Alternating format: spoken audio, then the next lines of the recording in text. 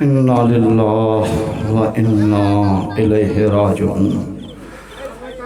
عزیزان محترم، آج 72 شہداء کا تابوت آپ برآمد کر رہے ہیں اور سب کا پرسہ جناب زینب اور بی بی فاطمہ کو دے رہے ہیں۔ کربلا میں دکھیاری ماں تڑپ رہی تھی، بیٹا سامنے کھڑا ہوا مجبور تھا۔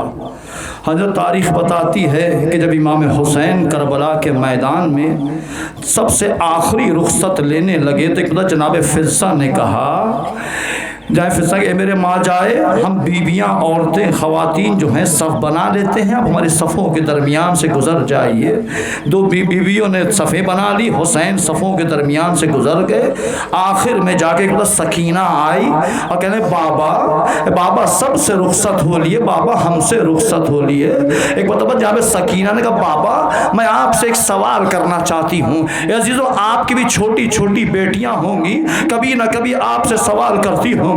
جناب سکینہ نے کہا بابا میں ایک سوال کرنا چاہتی ہوں، مجھے جواب دیے۔ حسین نے کہا بتاؤ سکینہ کیا سوال ہے؟ سکینہ نے کہا بابا ذرا نیچے بیٹھ جائیے۔ حسین کربلا کی تپتی ہوئی زمین پر بیٹھ گئے۔ ایک بار سکینہ نے ایک سوال کیا، بابا آپ نے کربلا کے میدان میں سب کو سب کا حصہ دے دیا، میرا حصہ کہاں ہے؟ حسین نے پوچھا بیٹی سکینہ کیا حصہ دیا؟ کہا آپ نے اکبر کو حصہ دے دیا، اکبر شہید ہو گئے۔ آپ نے قاسم کو حصہ دے دیا، قاسم شہید ہو گئے۔ آپ نے چچا کو حصہ دے دیا، چچا عباس شہید ہو گئے۔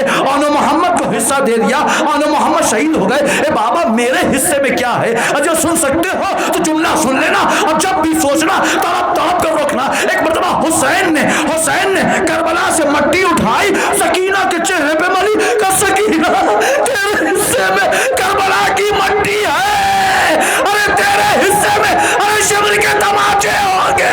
اے سکینہ ارے تیرے حصے میں ارے شبر پوندے چھینے گا۔ اس کے بعد سکینہ کا بابا میں آپ کے سینے پہ سونا چاہتی ہوں۔ ایک بار اپنے سینے پہ سلا لیا۔ امام حسین نے ایک مرتبہ اپنے کو زمین کربلا پر لٹا لیا۔ سکینہ آؤ، سکینہ آئی۔ ایک بار حسین نے سکینہ کو اپنے سینے پہ سلا لیا، سر پہ ہاتھ پہ رکھا، سکینہ یہ آخری بار تیرے بابا کا سینہ تجھ کو ملا،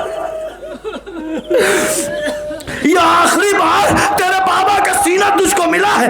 اب آئندہ اپنی ماں سے نہ کہنا کہ بابا کا سینہ چاہے۔ اے سکینہ ارے تیری ماں جہاں کہے وہیں پر سو جانا۔ ہاں سکینہ اپنے بابا کے سینے پہ سو گئی۔ ارے حسین کی چہیتی بیٹی تھی نا، ہمیں حسین نے کہا جس گھر میں سکینہ نہ ہو اس گھر میں حسین کا دل نہیں لگتا۔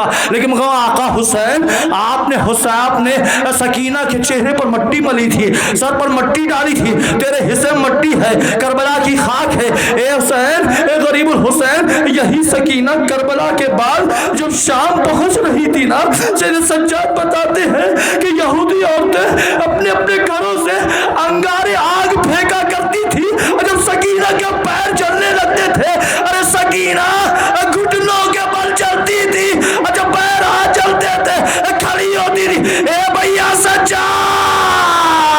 ارے اب چلنے کی تاب نہیں ہے۔ عزیز و تاریخ بتاتی ہے کہ جب امام سجاد کے پاس ابن منظر آئے، ابن منظر نے کہا مولا کچھ روداد سفر سنائیے۔ امام نے کہا بیٹا اسے میرے صحابی تم روداد سفر نہیں سن سکتے، کہا کچھ تو سنائیے گا۔ جناب سید سجاد نے روداد سفر میں سے 13 چیزیں بتائی ہیں، میں صرف 2 چیزیں آپ کو بتاؤں گا، اگر سن سکتے تو سن لینا، گریہ کر لینا، شہزادی فاطمہ کو پرسہ دے دو۔ اے شہزادی ہم غریب آئے ہیں آپ کو پرسہ دینے کے لیے۔ ایک بتا ابن منظر سے کہا ابن منظر جب ہمارا قافلہ شام سے گزر رہا تھا نا، ایک شقی نیزہ لے کر آتا تھا اور بیویوں کے سروں پہ نیزے کو چپ ہوتا تھا، ارے بیویاں محفلوں میں تڑپتی تھی، کہتی تھی ایسے نے سجاد۔ اس کے بعد ابن منظر نے کہا مولا کچھ اور ہوا سب نہیں۔ اس وجہ سجاد نے کہا ابن منظر شام سے جب قافلہ گزر رہا تھا، یزید پلید نے اعلان کر دیا تھا دیکھو یہ اٹا لوٹا ہوا قافلہ جو آ رہا ہے یہ ان باغیوں کا قافلہ ہے جنہوں نے جنگ خندق و خیبر میں تمہارے باپ دادا کو قتل کیا تھا، تمہیں جو بدلہ لینا ہے لے لو۔ ابن منظر اس اعلان کے بعد شام کی عورتیں اپنے اپنے گھر سے گرم پانی پھینکا کرتی تھی اور یہ کہنے کے بعد سید سجاد نے اپنے سر سے امامہ اتارا اور سر کو جھکایا۔ ابن منظر نے دیکھا سر کے اوپر چھالے پڑے ہوئے ہیں، آبلے پڑے ہوئے ہیں۔ ابن منظر کا مولا یہ سر پہ چھالے کیسے ہیں، آبلے کیسے ہیں؟ امام نے کہا ابن منظر ارے ہاتھ بندھے ہوئے تھے، سر پہ امامہ تھا، ارے جب آگ پھینکتے تھے ارے امامہ چل رہا تھا، ارے سر پہ آبلے پڑ رہے تھے۔ اے ابن منظر ارے جب سر جھکاتے تھے بڑے کہتے تھے سجاد ذرا سر کو اوپر اٹھا، ارے جب سر اوپر اٹھاتے تھے بچے کہتے تھے اے مولا ذرا سر کو نیچے جھکائیے۔ میرا امام نہ سر کو اٹھا کر چل سکتا تھا نہ سر کو جھکا کر چل سکتا۔